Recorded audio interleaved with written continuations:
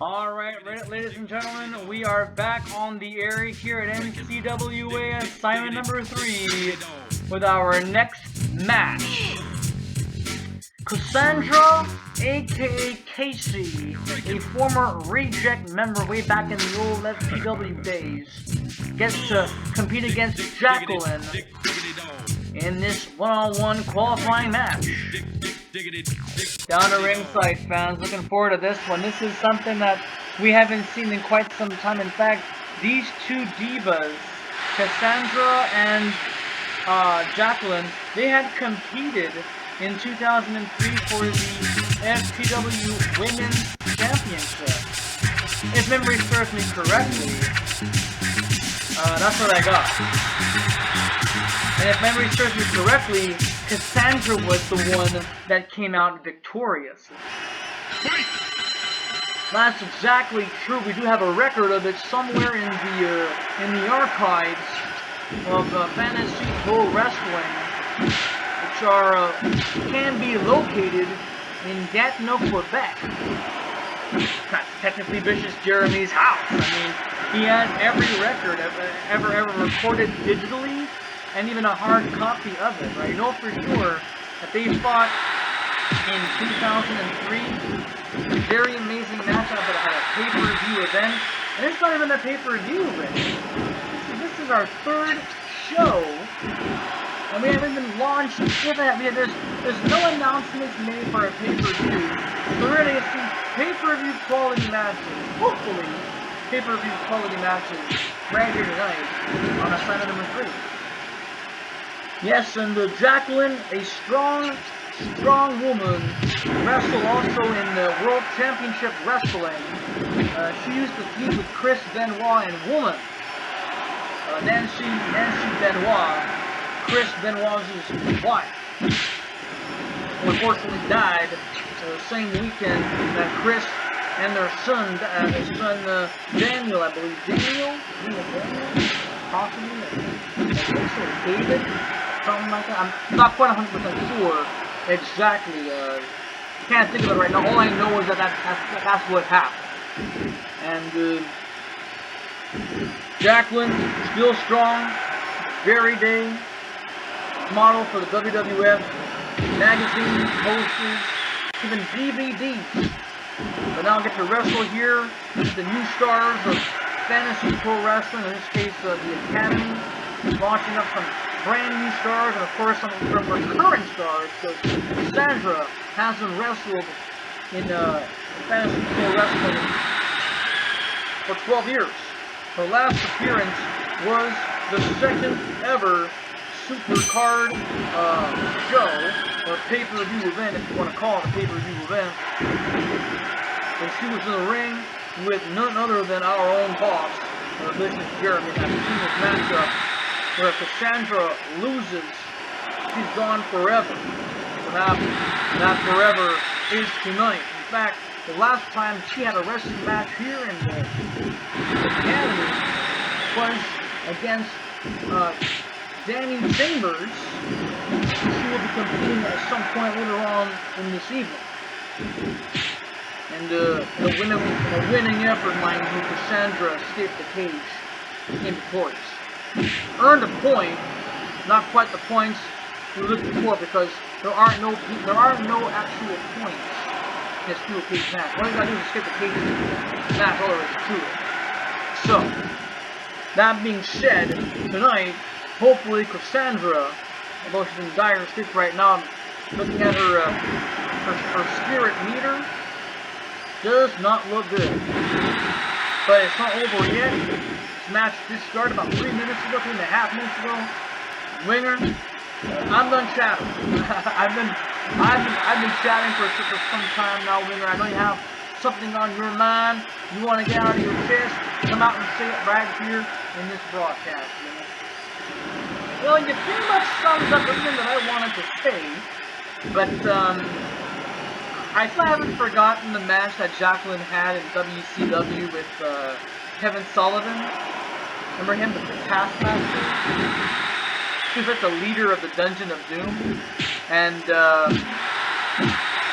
They were tag team. Jaqueline teamed up with Kevin Sullivan against Chris Benoit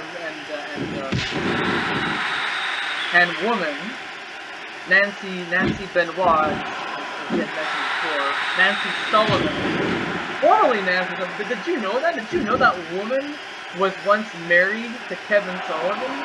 That's a true story, honestly. And in that entire match, there was no pinfalls up until the very end. That was in San Francisco at the Cal Palace for Super Brawl 7, back in 1997. Oh, I remember that, like, it was, like, not long ago. I used to watch that pay-per-view over and over and over again when I was a kid. And every time I kept watching it, I would learn more and more about WCW and how great it was, how awesome. That was early 97 too. I mean, we didn't even get to the Wolfpack era. We didn't even get to the Raven Block era. But Jaqueline, she didn't really wrestle a whole lot in WCW. I know that she even wrestled in TNA. She was a valet for at one point or another. She even valeted the America's Most Wanted. I thought that was Gail Kim who was valet for them. And she did. Gail Kim did valet for America's Most Wanted, but I know that Jaqueline had a bit there too. She had a cowboy hat and everything else. And, oh yeah, she was totally in TNA. Well, ladies and gentlemen, right now, a giant swing coming up right here. We saw one earlier tonight. We're seeing a whole bunch of big swings here. This is a merry-go-round of mayhem, ladies and gentlemen, if I can say that. Cassandra in dire straits right now, getting her ass kicked here by Jaqueline. This could be a huge turn of events here. 2 count. Wow! I even called it before it even happened. How often does that happen in our sport? I'm surprised she even kicked out of 2. Cassandra's been doing very poorly this entire match. And you do understand she's got a very cool maneuver that we haven't seen for a long time. It's called a trick side. She used to have the Anaconda Vice as well, that beautiful submission hold. Also, CM Punk, who had sported that maneuver for the longest time, the Anaconda Vice. You don't see that as a kind of wrestling. It sucks. It really sucks. But looking at the matches that we're seeing tonight here on the New Class Wrestling Academy, brings me back good memories. Good memories of when I used to have a Nintendo 64 and when I used to play No Mercy and countless hours. Do you remember that they even had they had copies of these games, and even if you worked your ass off on survival mode for a match as well, that you could lose your progress. Oh yeah! You could even lose all your superstars who created their whole entire roster disappeared. Big of an eye. Oh, I recall, Rick. I was very, very upset with that because I know that I spent hours working on even one wrestler. Exactly. I was so furious. However, I did call the store and I asked them to have a replacement. They gave me a free copy of No Mercy, free of charge. I just returned the old copy that didn't work anymore and kept bugging out. And ever since then, I've been playing that game, and eventually I've moved on to different consoles. Of course, the GameCube came out in 2002. I eventually became a PlayStation advocate, Used to play the Raw vs. SmackDown video games, and of course, I inherited the Wii. But all along, the No Mercy game console became nothing. The No Mercy game itself, not the console, but just before I definitely retired a long time ago. Seeing these kinds of matches again brings me back good old memories too, I'm glad I'm sharing them with you. Well, Cassandra, finding a good fight here, one of the survivors of the rejects that made it to a main event. I believe she only main evented 3 matches in her entire wrestling career. Can you believe that? 3 main events. Okay, how many events to know? But she's definitely pulling up a good battle here. She's been fighting a good fight. We are at 9 minutes so far in this matchup. And Jaqueline. Oh, look at that. That was a good slash, if I can say so. I don't like saying it, but that's exactly what it is. And a giant swing. Look at this. I'm surprised that Cassandra's head didn't even hit the turnbuckle pad. And it's not over yet. Jaqueline is not finished with Cassandra. Attacking on that leg. Cassandra is now in the danger zone here.